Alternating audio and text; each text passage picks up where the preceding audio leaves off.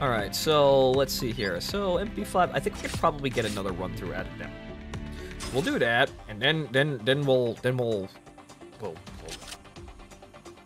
pack up our things and we'll go down to try and beat Intruder, or rather watch my friends beat Intruder.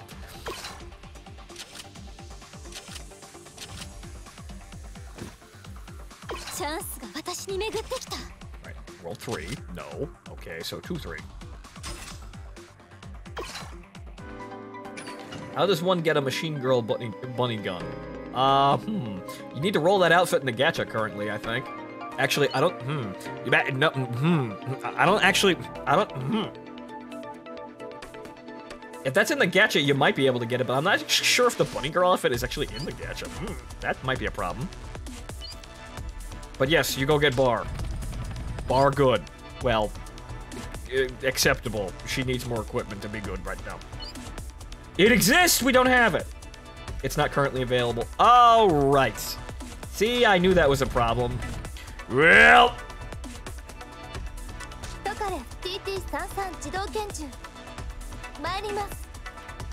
When does the show TM continue?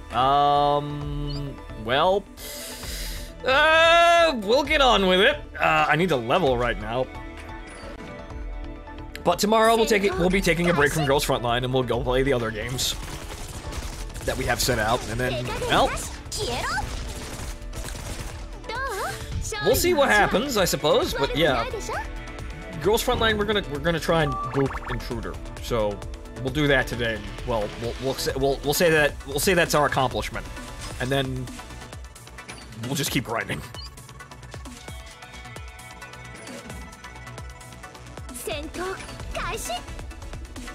You are currently playing a game in English with Japanese voiceovers from a Chinese company with Japanese, Chinese, and Korean artists. That makes bank in Korea. Also, it's about, well, actually, no, it's a game about America. Actually, yeah, there's you could add a whole lot more countries just by the nationality of the guns.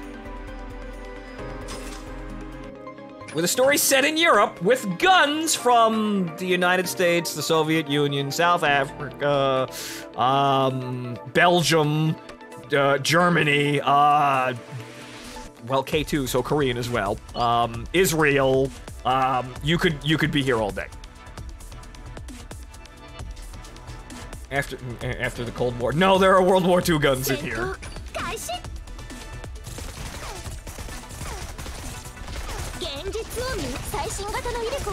During Alt Cold War.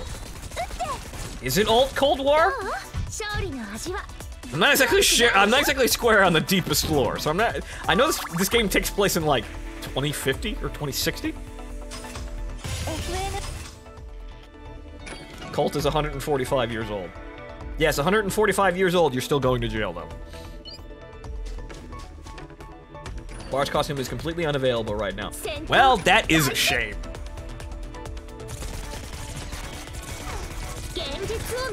It's where they didn't develop nuclear weapons. Huh. Yeah, right, so it's kind of like the plot of Red Alert, where they go back in time and stop the nuclear weapons from being made. In that one, you get weird prism bullshit. And in this reality, you get cute anime girls with guns. It makes you think if nuclear weapons were actually a good decision. Think of what we could have. Think of what could have been possible. Along with a whole shitload of people dying. Okay, so Valerian, right. Here you go, Valerian. I think he abandoned this one account, though. I think he made a new one. Right, so there you go. He's been deployed. Nuclear weapons as anime girls. In a metaphorical sense. Let's quit Tim Curry as Soviet premier. That's the best timeline, though! The best! The best! The best!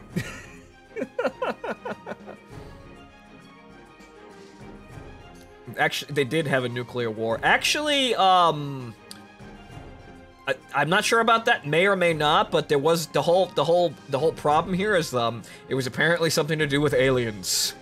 Not aliens invading, but uncovering an alien contagion which destroyed the Earth. Apparently. Girls Frontline is some shit. Right, so, friendship points. Yes, good. Okay, so how far are we away from no, phase? We've done all of those. It's 47. 47 times. Okay, so what's the status on our T-dolls here? Yeah, we can probably hand off the G36 now.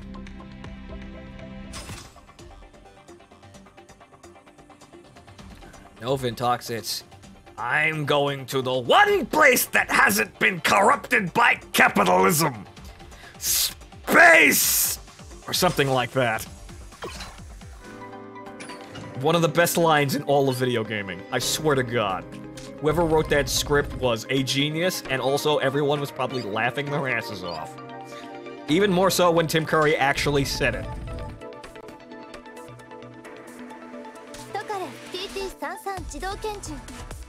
It makes you really sad that we're probably never gonna get real-time strategy games like that ever again, because the real-time strategy game genre is a dead genre. Not because it's bad, not because it loses money, but because it doesn't make mad bank like fucking Fortnite or gacha games. So what we get is fucking the new Command and Conquer game that's basically just, well, it's a mobile game, and that's about it.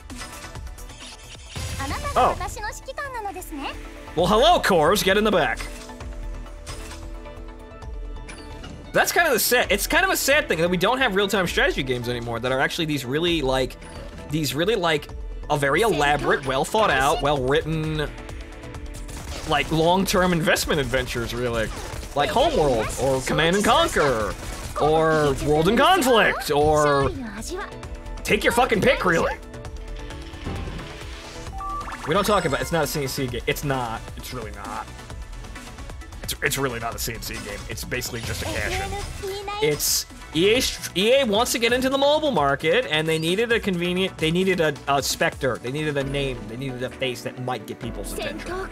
So they chose Command and Conquer, because what the fuck else are they doing with it? Command and Conquer abruptly died when Command and Conquer 4, a game we also don't talk about, failed to attract attention from the MOBA game market, and then it went to sleep in hibernation, and the MOBA game era raged on.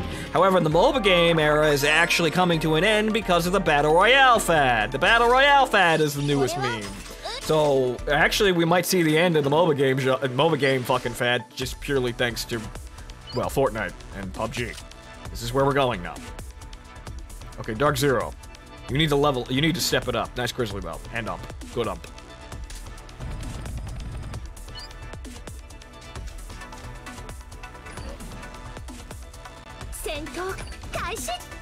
I wish they would just sell the CNC franchise. Well, one, you'd have to find someone who'd actually buy it. And two, EA won't do that because if they're sitting on it. They bought it because it was valuable, and then they're just gonna sit on their rights until they go bankrupt. That's always what happens. That's really always what happens. The only time these rights start to fly around is when one of these companies goes bankrupt. Like, say, when THQ went bankrupt. The Homeworld license went out the fucking window. And then Gearbox picked it up, and then we got Homeworld Remastered. Things change only when things die, in a lot of cases. That's why I said, me and Dom were having a discussion about this a while ago, and what I said was, in order to get change, you either need a lottery ticket, or rather, here's what I said, this was the context. In order to get change out of AAA game developers, what you need is either a lottery ticket, like, say, PUBG, or Fortnite, or League of Legends, or Dota, or something like that. You need a lottery ticket, something that a lot of people are doing, a lot of people are interested in. If you hop in the market, you're gonna get a lot of money. So that's your lottery ticket. Or you need a fucking car accident. You need something bad happening in order to actually get some movement. So you either need to lure them in with money, because that's all they want at the end of the day is money. They make products to make money. Some people in the video game industry actually have artistic, merit and actual creative want and drive in order to create something. However, at the end of the day, they are supported by and actually have to cooperate with the people who are just making it because people are buying it, so they get money. So, at the end of the day, you either need to convince the people that want the money that this is a good option, which is something that happened a lot in the pioneering days of video gaming. This is why you got Tim Schafer making things like Grim Fandango. You would never get funding for Grim Fandango today. You would never be able to get away with it. You would have to lie your ass off in order to get it. And then it wouldn't make that much money, and therefore they wouldn't give you money ever again. Really, those people got away with making video games like that back in the day is mainly because no one was really paying attention. Nobody really knew what would stick, so they were just trying things. Now we're starting to get into the whole era of video gaming where marketing actually, dictates what they should do. And the problem is that marketing still can't really see fads coming or see them actually really, really, really effectively. But, marketing is like, oh, hey, PUBG and Fortnite, we should do that. Every AAA game studio now wants Battle Royale and loot boxes. And so they're late on the fad, but the main thing is they're chasing money. So, have I ever played Hearts of Iron 4? I have attempted to play Hearts of Iron 4. But then on the flip side of that, so that's your lottery ticket. On the other side of that, you have the car accident. What would be the car accident in this day and age? Actual government legislation that stops them from actually being able to put loot boxes in video games under the guise that it is in fact gambling. That's a car accident. You force them to change. They can't do loot boxes, so they have to actually rely on something else. That would be the car accident where you would get change out of AAA game companies. And then additionally, like THQ, they fucking went under. They went bankrupt, they had to liquidate all their assets, so all the rights to everything that they had was basically up for sale and people bought them. So that's another car accident where you can get change. I hate how legit good game ideas died because they decided to be more like PUBG. Yeah, actually... Hello, Viking. But yeah, actually, that's kind of the problem here. Like I said, the real-time strategy game genre is dead, which is a genre was actually a very creative genre. You had a lot of games that, well, they weren't like StarCraft in terms of competitiveness, really, and honestly, it's good that they weren't, really. It's really good that they weren't. But, you had actual really good, memorable, like, story-based RTS games. Like, the games that I listed before, more games like Company of Heroes and Man of War, but those guys can make whatever, the Slavic guys, they can make whatever the hell they want. As long as they get money. But you see, those kinds of games, and, they were really prominent, a decade or two ago, really, but now they've just gone down the drain because they don't make mad bank. It's not that they don't make money. Like, World in Conflict sold perfectly well. I mean, they kind of fucked the advertising, so it didn't do amazing. That's Sierra's fault, and Sierra went under shortly after. So, Halo Wars as well. Halo Wars was a pretty acceptable game by Ensemble. They shuttered because they didn't sell 1 billion copies. So, that's the main problem right now. Those games are fine and great and perfect. People yell at me when I play them the wrong way, but fuck it, they're still fun. And they're very well thought out games with very interesting and memorable stories. Like Homeworld, in general. Fucking Homeworld, the aesthetic of that game is, like, immortal. So, the main problem with that is those games are good and we want to see more of those games. The only problem is all the publishers want to make fucking PUBG. They want to make Battle Royale, because everybody's playing Battle Royale. Everybody's playing the meme games. So, yeah, PUBG and Battle Royale games at large are, in fact, ruining the video game industry because people are spending too much money on them. And everything else doesn't look all that amazing. Blops 4. We don't talk about that. The middle market needs to make a serious comeback. IMO. Yeah, it does. The only problem is we're only going to get that with, like, indie developers right now. Or, like, if something happens to where an RTS game actually makes considerable bank.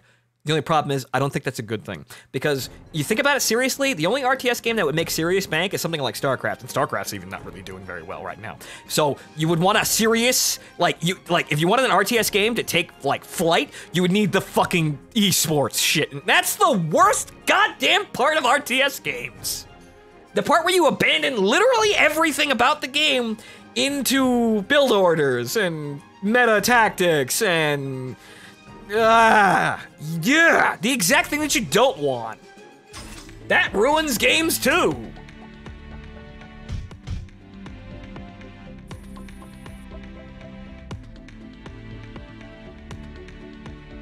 Yeah, Gitlo, that's another thing as well. RTS games are not, most RTS games are not very friendly to inexperienced players.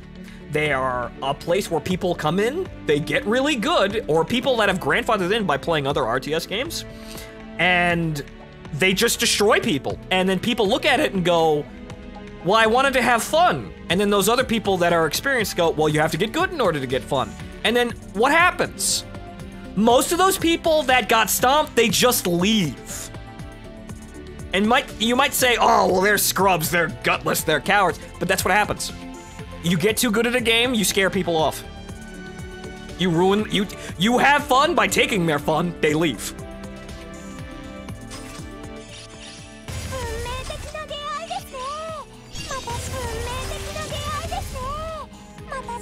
Red Alert 3's campaign is fun. Yeah, the co-op is good, but the fact of the matter is Red Alert 3's campaign isn't like the most skill-based fucking thing ever. You can have fun with that. And that's kind of the part, that's the RTS game that we're missing. That's the fun. The fun. That's the problem with that. That's gone. The relaxing levels of, like, fun, where it's not, like, trying to fucking screw you to the wall, basically. Trying to put you in the vice. Trying to make you, like, trying to make it, like, the most fucking, like, hyper, tension, skill-based, like, action game ever. So those are fun, but the problem is that you lose a whole lot when you do that. StarCraft, for example, and even StarCraft 2's campaign is more like that, honestly. StarCraft 2's campaign is very comfortable. All of them.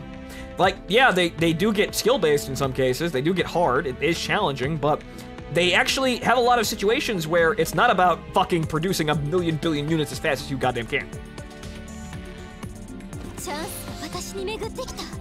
That part of the RTS genre we lost. We lost that. It's gone. It's and it's not coming back really, because the only way you're gonna get an RTS game to sell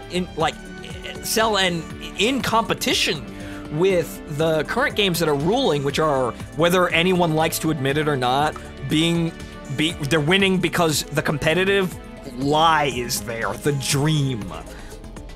PUBG is popular because it presents an actual legitimate challenge. Yes, 100 single elimination deathmatch is actually challenging to come out on top of, even if most of it's fucking random. But also, yes, Age of Empires. Also, here, AWD. It's not necessarily in the kind of scope of game that I'm talking about, but I'll do you one better. Rise of Nations. I really actually like Rise of Nations. That's probably one of my favorite RTS games. But yeah, we're getting kind of off topic here, but you know, there's at least a good conversation here. You guys at least know what I'm talking about here, and you mostly agree with me.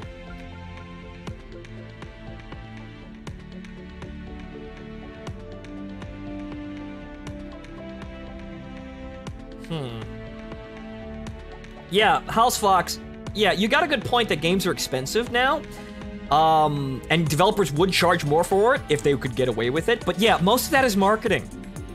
A lot of that is marketing. The development costs don't actually go up any higher, really. And honestly, really, you could argue that the graphical fidelity, the advancement of, like, the level of quality visually in video games has actually plateaued. It really doesn't get much better these days. I mean, it looks adequate, and every game kind of looks the same, really. There are advancements, yeah, but under most circumstances, you don't really get very much these days. We've got to the point where, really, it's very easy to make a very good-looking game. The main cost of advertising that's the reason why games are really expensive to make. And then additionally, there's also retailers. Retailers, the entire physical box copy logistic train. That's more than half of the actual cost of a unit, really. That's the main reason why games are $60. Marketing jacks that up there, but development costs are actually a very small, in comparison to the logistics of making box copies and marketing. Development costs are actually kind of mediocre in comparison to that. Not much, Elkamote. We're sitting here rambling about the current state of video games. And also, this is why you have, like, EA and, you know, Ubisoft with Origin and Uplay. This is why you have these companies making digital distribution platforms, because it's easier for them to get money like that, because they don't have to go through anybody. Like, and also they have an excuse to charge $60 not to, like, also to not intimidate the retailers, because if a retailer buys units from you and then it sees that you're selling those units cheaper somewhere else, they're not gonna buy those, because they're not gonna sell those.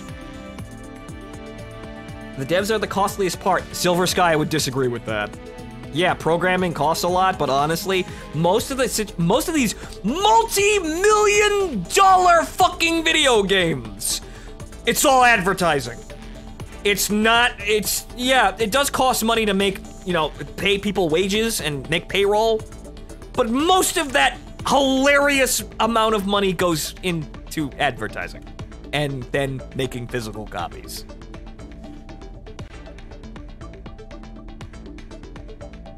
Yeah, exactly, Gitlow. That's exactly why it happened. EA thought they could get more of that money on their own, and EA has a big enough library to get by making that decision, even though Origin sucks. But yeah, Origin is a sensible business decision. Valve was making all that fucking money being literally the only competent, like, digital distribution platform at the time. So, yeah, the EA just did the logical thing. It's like, hey, what if we do that? Oh, look, an exoskeleton. I need those. Good. I am rewarded by sitting here rambling about video gaming. Game developers work so much overtime. They're usually below minimum wage per hour. Zarth, that's also another thing. Yeah, really, in a lot of cases, the game developers are underpaid and overworked. And that's the funny thing, because they're not even the most expensive part of the game development. At least for AAA, like top-level AAA game development. It's actually kind of a really weird, fucked system, where you have developers working their asses off with not actually getting paid that much, and paying them isn't actually the most expensive thing in a video game. Like, to make a video game, to make a top-tier AAA video game, it's really not the development costs that cost much. It's not the developers, it's not the production time, it's not development, it's literally everything else other than the video game itself. It's to polishing it, really. It's a $10 dress shoe with a $100 fucking shoe polish. How do I think about DLC? DLC is a necessary evil in a lot of cases because we did have expansion packs. However, expansion packs back in the day, most of them were actually worth it. Most DLC right now is actually really not. And it's planned in a lot of cases, and it's really underwhelming, and honestly, you know, sometimes it's really overpriced, but other times you get good instances of DLC, like, say, the expansion packs for Grand Theft Auto 4. Like, the Lost in the Dam one was probably the weakest one, but the Ballad of Gay Tony was actually, like, it brought the fun back to the fucking game. It was great. So, DLC is kind of a mixed bag. Sometimes it's done very well, sometimes it's very gratuitous and very obvious to see that the developers just want money. But let's see here. Right, accessories. We need to put a laser sight on Tar, because this is what she's gonna be doing. Okay, so 54, not bad. Okay, does 6P actually have her second slot yet? That's, oh, right, we see it here. Right, here, 50, right, 50, right. Okay, so, an additional laser sight on, well, yeah, I suppose so. On 6P, though we'll probably rotate that off to our damage-dealing rifles once it's time. Right, they're not high enough level to use that. Right now, level 30. I don't have any, right, I junked all of my low-quality exosuits. Right! I got rid of those. Ah. Devs should unionize then. They probably should.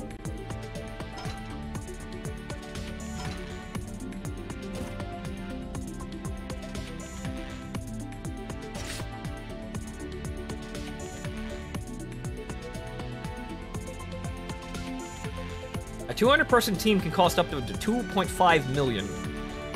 Okay, so I'm not exactly sure where you're getting that statistic from. I'm not saying it's wrong, but then you've got that, and then you've got well, then you've got games that make back several $100 billion fucking dollars.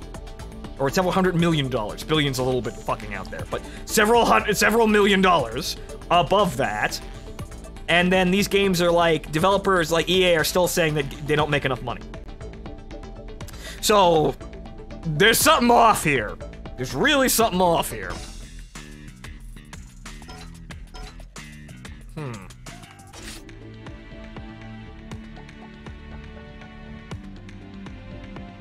Right, so what are we gonna... Right, I've completely lost my place. I think...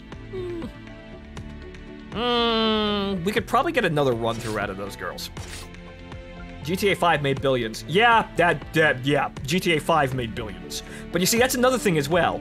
Rockstar actually has time to sit on their ass and make these games. Another problem with game development is that, yeah, developers are overworked and underpaid. Also, the problem is development of video games is actually fast-tracked to an unreasonable degree. Because you need to have games like, well, thank you for clearing that up, Silver Sky. Thanks for doing the math. But the main problem is, in a lot of cases, you have games like Call of Duty and Battlefield. Well, Battlefield doesn't come out every year, but you know Call of Duty makes a fucking game Activision makes a fucking Call of Duty game every year, because they have multiple developers doing that. The problem is that these games are yearly releases. The problem is that these games are on an accelerated timetable, and they simply don't have enough time to really mature. That's probably some of the reason why we have so many games coming out that are really terrible at launch that get better over time. That getting better over time should have happened during development, but they don't have that much time. They don't have time to sit and, like, you know, mature and, you know, gestate and, you know, actually develop in development. Yeah, the Phantom Pain, yeah, Mogami, it's pretty, I think now, well-known and apparent knowledge that Metal Gear Solid 5 was not finished. Like Destiny 2, exactly! Right, Destiny 2, the main problem with the salt of Destiny 2 is that it doesn't seem like Bungie learned from their mistakes, and now they're kind of learning from their mistakes a little bit, but it makes you wonder, okay, so what the fuck was happening during the development of Destiny 2 while Destiny 1 was going through all of these problems and adjusting? What was the problem? Well, I'll tell you what the problem was. Hello, Grease Gun. Sorry, I'm talking to the audience here, having a ramble. The problem with Destiny 2 is that... Hello, Sten. The problem with Destiny 2 is that the development team sat in a fucking bubble. They sat in a bubble and they weren't watching Destiny 1. And so they were making decisions on their own without actually really understanding the problems that their game was already being faced with, sitting there working their asses off in the background, and the game actually had to restart development once or twice. So really the problem with that is it was developed in isolation, too much isolation, and it was also rushed, and then clear direction was not a thing. So, if you were trying to discuss the gaming industry while Gun Waifu's keep interrupting you, yeah, this is my life, sir. But it's nice that people are actually willing to sit and listen. But yeah, that's another big issue. Development is, there's not enough time. There's not enough time for developers to sit down and think about the quality of their video games and coming up with innovative ideas and solutions. And also, additionally, as someone who's actually doing this themselves, you don't get good stories when you rush them. You don't. It doesn't fucking happen. Like, say the story that we're gonna be running in the, in the Discord, but the Necronica campaign. Owen, you know how long it took me to get that shit together? We started talking about this loosely in January, February, March, end of March. It's now July, about to be April. I was sitting there thinking for quite a while. And I'm just some asshole sitting in a corner, just, you're tinkering with ideas for, Necrotica campaigns. And honestly, a lot of these are also recycled ideas that I've had around for a couple of years. Like I said, it's a mosaic of a lot of things, and I'm kind of sitting down there, putting parts together, twisting them, changing them, so it all makes sense and it works. So, just in writing alone, not even like for quality of gameplay, bug testing, all of these things. Even on writing alone, these yearly development cycles are the main reason why a AAA game story quality is suffering. And look at Black Ops 4. It doesn't even have a fucking story. Why? Because they don't have enough fucking time. And honestly, I think the main thing is they don't believe in their writing, or rather Activision doesn't believe in their writing, so it's just gonna be a negative mark on the fucking game for being horribly written. So they decided, you know what, let's just not do a single player campaign. They're putting amazing spin doctoring on why, because it's like, oh, we want to be progressive. No, it's just that you don't want a negative mark against your game, and you also don't want to spend money. It's a smart decision, really. If there's less to complain about in a game, less negative things in the game itself, then the game is gonna be, you know, received a little bit better. But everybody knows that a single-player campaign, a Call of Duty game, not having a single-player campaign is a laughable fucking idea.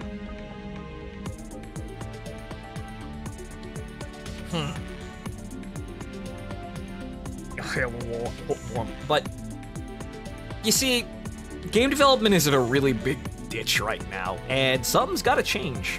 And, well, we got something changing. Over the last year or so, the Battle Royale genre, the fad, the scene, has sprung up, and now you got games like, well, Black Ops 4 and Battlefield 5 that are all chasing that shit. And Battlefield 5, honestly, I think Battlefield 5 is actually chasing it harder.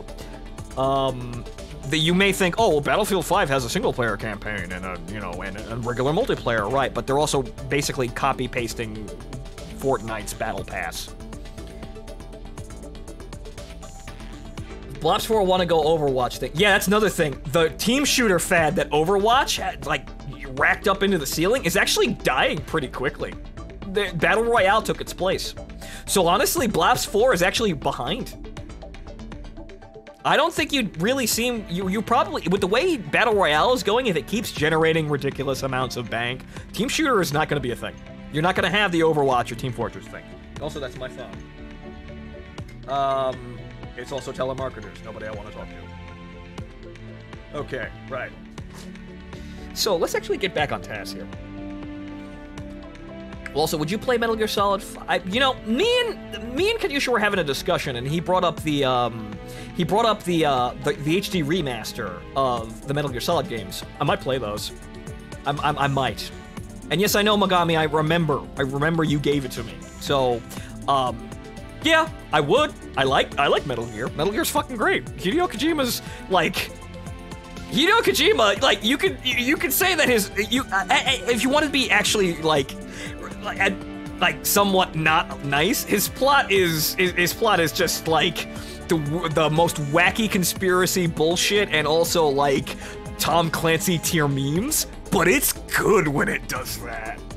It's good. That man knows how to write you junk military drama. Alright, so once again, I'm losing my place here. Right, so we can run through 2-3 one more time, and then we'll probably take a crack at Intruder.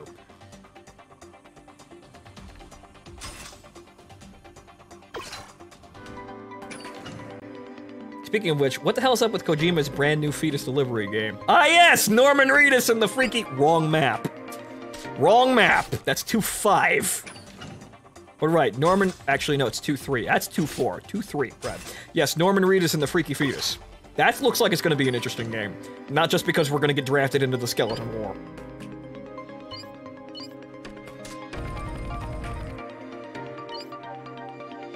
I have no idea what's going on with Death Stranding, but I think, honestly, when the game comes out, we're gonna see something memorable. Even if it's good or bad, it doesn't matter. It's gonna be something that people remember as, what the fuck was that?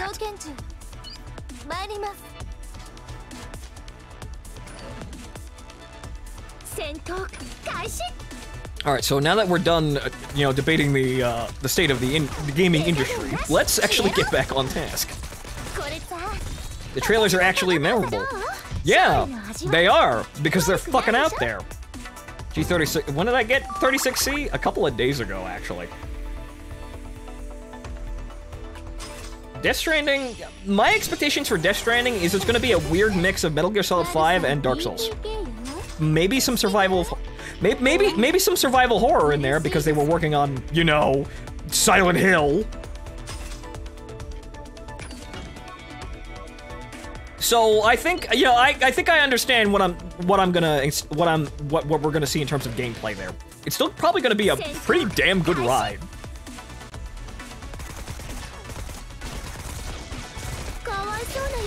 And wait, no. 36 sees 36 sees your shirt button actually did manage to keep intact during the sorting. Survival horror. Survival horror is another thing that kind of just went away. It's still being produced, yeah, but most of the time, the meme games for survival horror, you get out of indie development now. AAA survival horror isn't really doing well. Milks and Mads and the Skeleton Lads, yeah!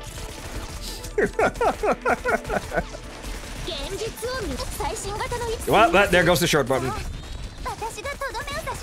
Yes. Milks and Mads and the Skeleton Lads. Norman Reedus and the Funky Fetus. Ziggy Stardust and the Spiders from fucking Mars.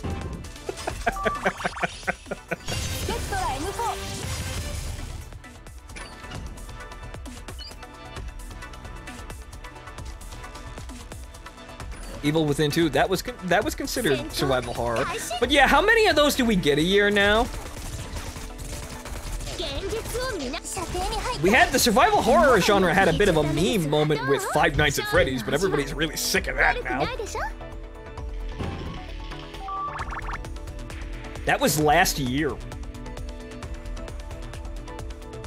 But right, so, well,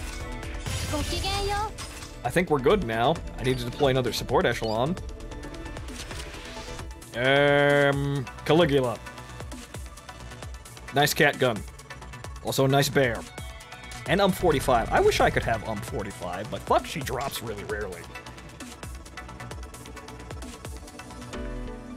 And also, that's another thing. One thing actually that's good to bring up about Death Stranding and Mr. Kojima and Del Toro and all the other wacky fucking team, you know, the wacky adventure there, is that Mr. Kojima has a lot of money and support, and he can do whatever the hell he wants. What you're seeing with Kojima is actually what you want.